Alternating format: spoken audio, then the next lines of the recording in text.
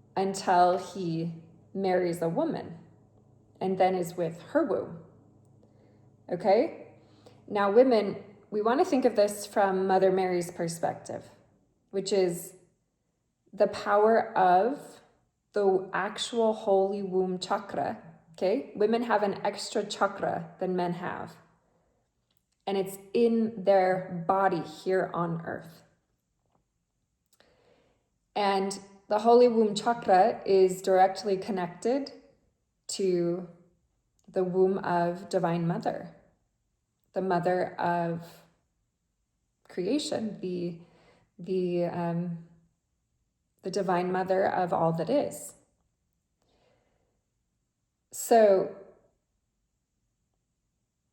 even though the Roman Catholic Empire did everything they could to make Mother Mary something impossible for any ordinary woman to be, even to the fact of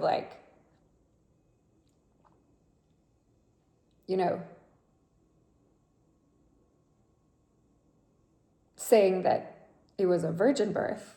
There was no sperm needed. Just that's how holy of a woman she was. Perhaps that's true. Okay. I would like to see James Tabor and Marguerite Riglioso do a debate, because I think they have different perspectives.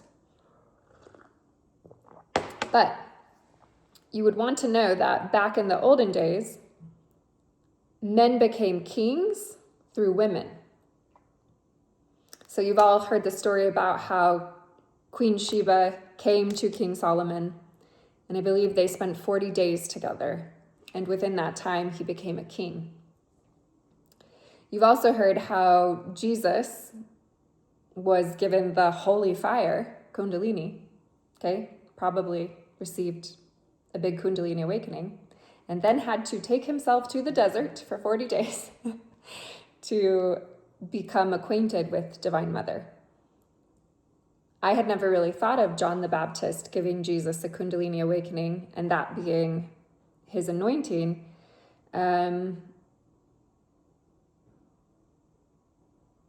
But it's possible that John the Baptist knew how to give Shakti pot. And it was actually Aaron Abke, which is a wonderful scholar. And really, truly, you can just tell when you listen to Aaron Abke, he devotes and dedicates himself to trying to understand the real Yeshua of the Nazarene sect. And so perhaps what Yeshua is trying to tell his inner circle is that it's about inviting Divine Mother into your life. If two make peace with each other in this one house, they will say to the mountain, move away, and it will move away. Jesus said, blessed are the solitary, right? Unified. Things that are solitary are unified. They are whole. They are one. And the elect, as in elected by who? Perhaps women.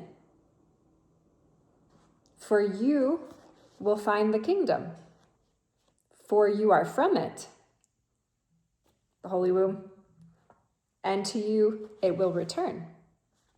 Okay, so what if the kingdom is metaphor for the holy womb? What would that mean? Okay, now, it is impossible for a man to mount 2 horses or to stretch 2 bows. There is something about a united whole womb. And women, you know this, especially those women who are on the journey to remember the holy womb and the power of the holy womb chakra. And therefore you know that Shakti grows in strength when it is not leaking. And Shakti, I want to give you a visual. I want you to imagine the energy of Shakti Kundalini, okay, Divine Mother, the pure primordial essence of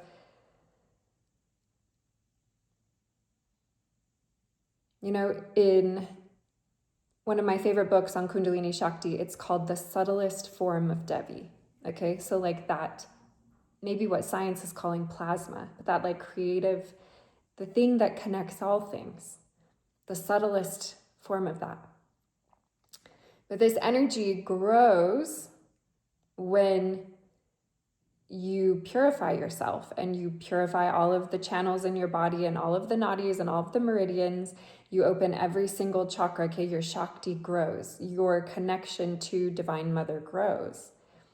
And so in this world where women are taught to kind of disrespect our Shakti, okay? So like in the Kundalini yoga tradition, one of the things that Guru Jagat, God Source Creator, bless her soul as she is now passed on, would teach is that, okay, women, who do you share your Shakti with? Like, who are you going to show your Shakti to? Because there's a lot of women who go all around just sharing and blasting their Shakti to every single person that they meet all day long. What do you think that's doing for the strength and quality of your Shakti? What do you think that's doing for your energetic body if you're going around all day just leaking it all the time to everywhere, everyone, all the time? Okay? The more sensitive you become, the more you realize that the only person you want in possession of your connection and access point to Shakti is you and your beloved. And if you don't yet have a beloved in your life, you do not want to just, be giving your Shakti to guys that are just, carrot dangle, breadcrumb here, hotline bling, call you like late at night, just come over and fuck me, but like I actually don't care that much about you. No, don't do that. Because that's a man who's really a child and doesn't understand the potency and importance of reverence and respect for women. Probably not his fault because he's been trained by pornography and society and rap music and visual entertainment that just go fuck a hoe. But the reclamation of your Shakti, which is like, see it as like a giant rainbow, just like giant rainbow energy. Okay, and I know culture has like put, gayness and rainbow together. Okay, so I want to be clear in this moment. I'm not, that could be being triggered right now for any person. Okay, if that's the case, please understand I'm not talking about that type of rainbow. I'm talking about literal rainbow, like the entire electromagnetic spectrum of light.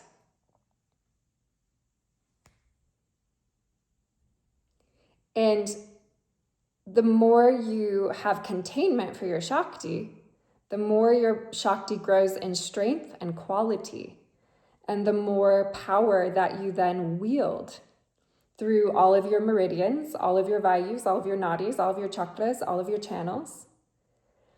And, I have lived my life pre-Kundalini awakening and post-Kundalini awakening. So I can speak to both feelings of it. Having Kundalini awake within your body is a energetic experience, okay? And unfortunately, I was not really prepared for that energy to wake up in my system. So I have a lot of symptoms of, they call it Kundalini syndrome, okay? Where I'm dealing with Kundalini doing a lot of restoration and healing and trying to purify and purge and help and heal and fix and everything because, and actually it's quite dangerous. It's quite dangerous for a human being to have their Kundalini awakened through the means that are not pure means. And luckily I'm still alive today, because a lot of people, don't make it through that intensity of that process, because it takes a lot of commitment, devotion, time each day, so much energy, and a lot of,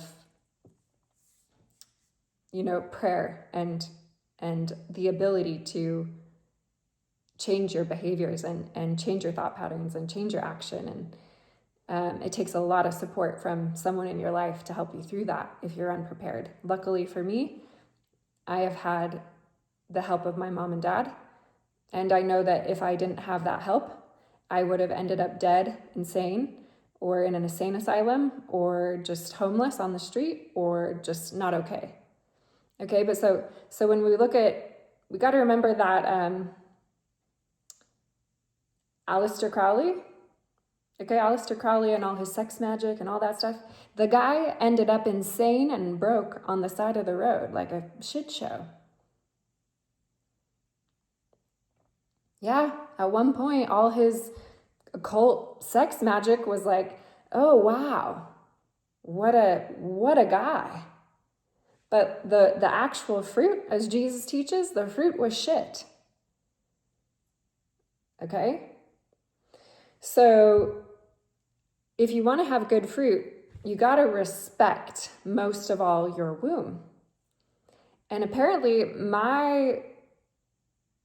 I look at who follows me on my channel, 70% of the people following me are male. So that's interesting to me, because it's actually not that interesting to me, because when I started this channel, I was being a Shakti leaker. Okay? Just had all that Kundalini flowing, all those energies, just all that, just like giving it to the world, showing it all. Obviously, if you've continued to watch me through time, you realize that I have reined that energy in for my own personal being. And I am the only person at this current moment that gets to experience and get to have the experience of my Shakti. Because I have purified all of the programming that I heard and all the music I listened to and all the ways I was taught as a woman that you need to be if you want to get a man or find value. Now it's like, in fact, the last time I did sleep with someone, afterward I thought, I have better sex all by myself with God. And that was like that. Okay? That was like, I was just like, no more of this.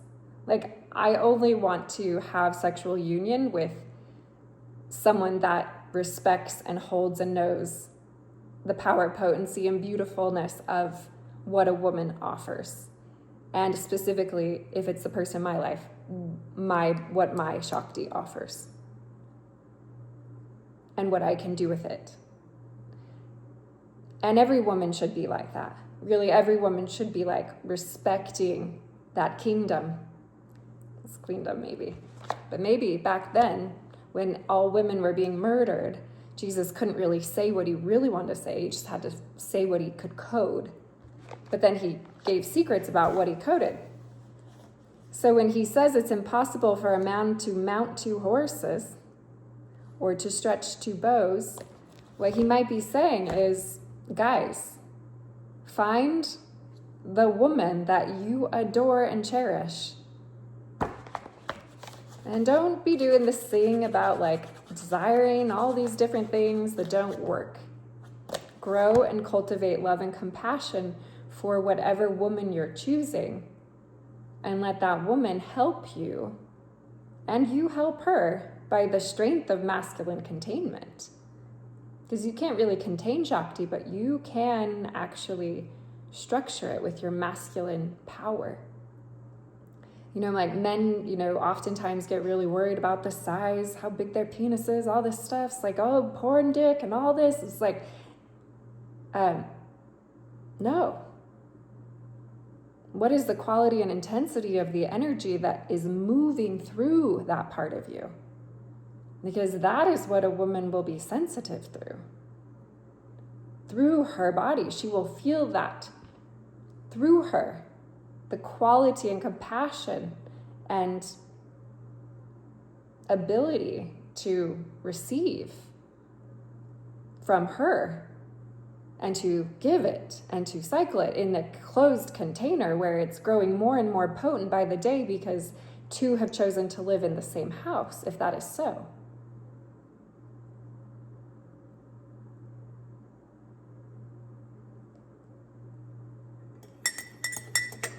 Okay.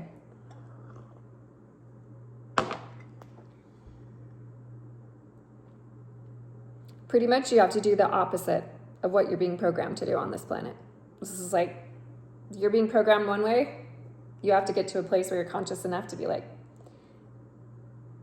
why are they wanting everybody to do this? Because actually there's a lot of beauty and reverence in most of the time doing the opposite. I mean, it serves the toxic patriarchy to have men out there swiping and watching porn and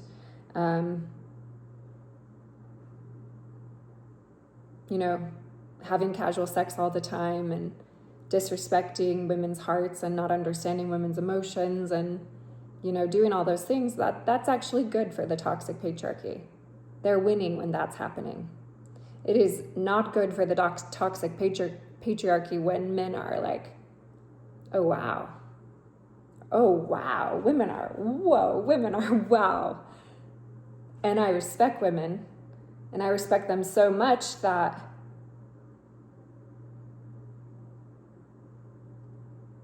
I want to come in reverence and with honor for what women are.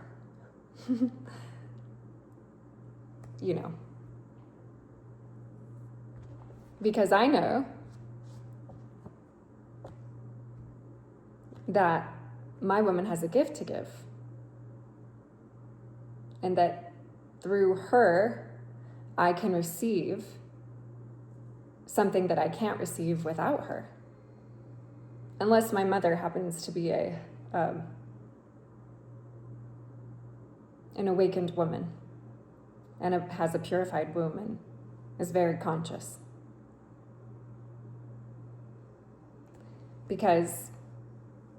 And if you have a mom and that has been your gift, that you came through a really conscious mother who is healed and everything, but at this time on earth, a lot of men have not had that opportunity. And so they've never really felt what it's like to know and experience female divinity. And I've actually seen through my personal experience that there is like a mind virus going around, like it's literally fake generated thing that is trying to make men hate their mothers. And a lot of men, I think, are internalizing it, not realizing what's going on. And it's really deeply horrible and painful.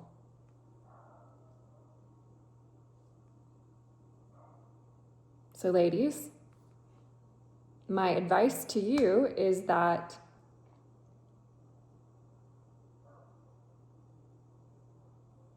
you really know that it's not just men that have connection to divinity. It's silly. It's silly that we got to a place on planet Earth where women literally lost the ability and thought that men were the only divine holy beings. But it's the conquerors that write the history books and take over. And there's so many things that are just left out. There's so many female saints and female priestesses and women. We don't have any of their stories or little tiny fragments of them, but not their full truth. The truth of their being, the truth of who they are. Because the toxic patriarchy running our planet didn't want us to know that about women. And as a woman, it's terrifying. It's terrifying to go through the initiatory process to re-embody your connection, because if you ever did that, you were hunted down and killed.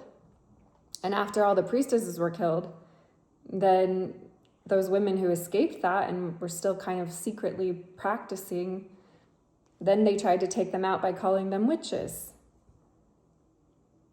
But a woman's connection to this earth, to this realm, to Mama Gaia, to the waters, to everything, I mean, it's unbelievable what women are. And it's really sad to see the world so unhealthy when it could be healthier if men and women could come back into a mutual respect. And the way that we do that, I mean, we can't help everyone, but we can like start with ourselves and start in our own lives and with our own relationships. And that's how we make this world a better place. Okay, that feels like the end of this message. I hope whoever you are, wherever you are, whoever stayed all the way to the end, thank you for listening to this and receiving it. And if you'd like to give back to me with a thumbs up, a like, leave a comment, send it to somebody who could enjoy it as well, I would, of course, appreciate that. And sending my love to you.